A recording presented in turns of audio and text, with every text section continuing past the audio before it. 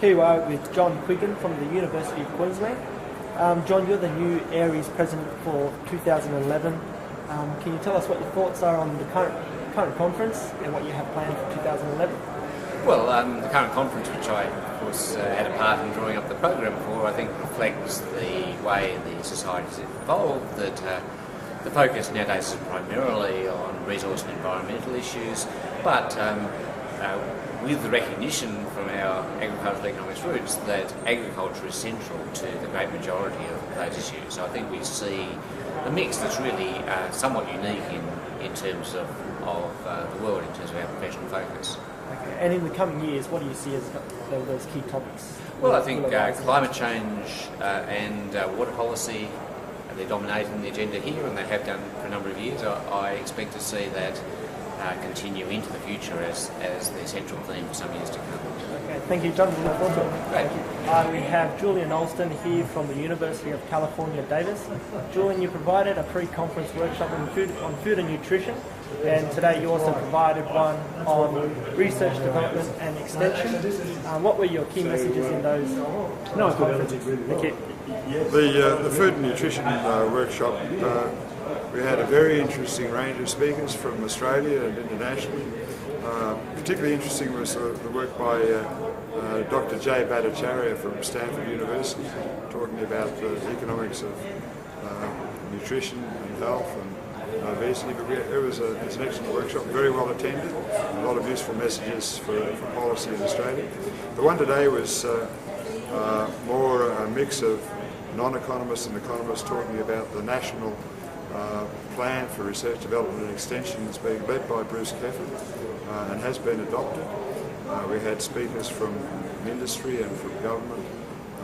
We had Kate Greenwood, we had Keith Perrott and Bruce Kefford as well as myself, and we talked about a range of issues. The big issues that came up were about implementing the plan, getting enough money into the system, getting the system to work efficiently, have an appropriate balance between competition and collaboration. That's the big idea behind the new framework, and the push that I was stressing in my own remarks was about how to get enough money into the system against the recommendations of the Productivity Commission. Thank you. So I'm Jeff Edwards, and along with Bill Fisher and Gary Stoneham, I had the job of organising the Contributed Papers program. That's quite a challenging thing. We had 280 offers of presentations. We knew that if we ran 9 streams, we could only handle 216. So we know from past experience that 10 to 15% of papers will be withdrawn. Allowing for that, we had to say no to quite a lot of presentations. That wasn't easy to do. We have just the abstracts. Much better though to be reading 280 abstracts than 280 full presentations. We organised the papers into streams. In the main, the authors self-selected their stream.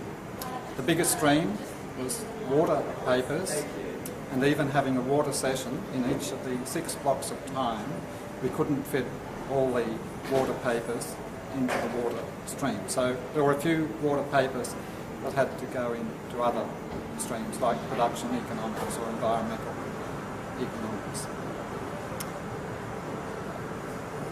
We had, as we knew we would, that 10 to 15% of withdrawals.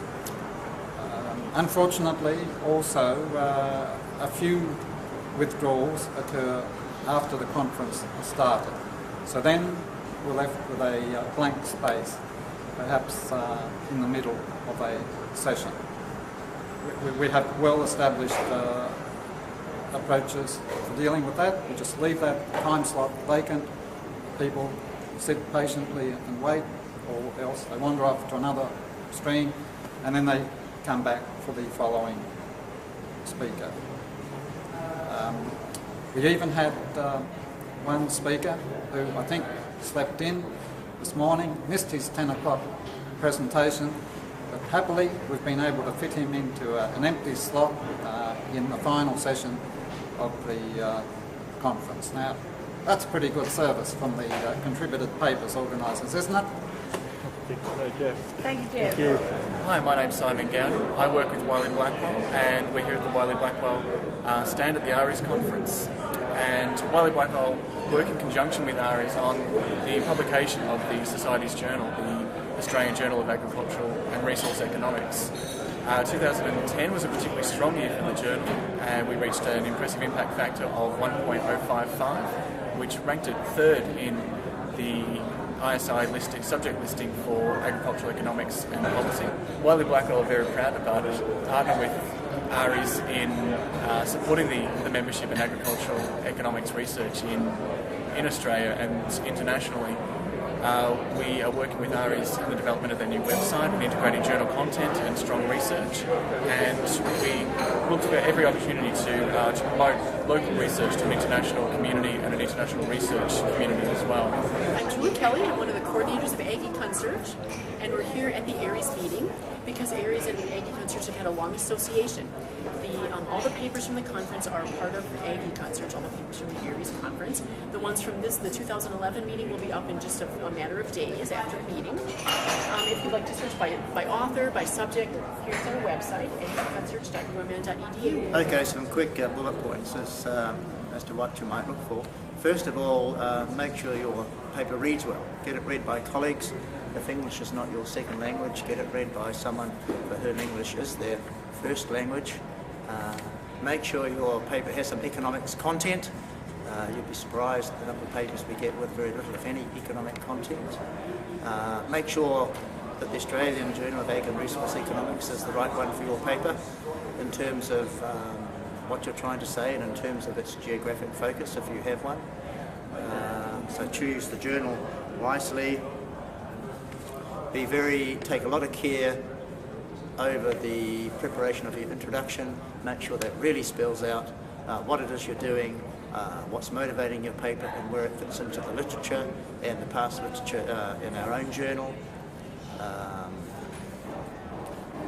That's it, you can cut me off there. That's all right.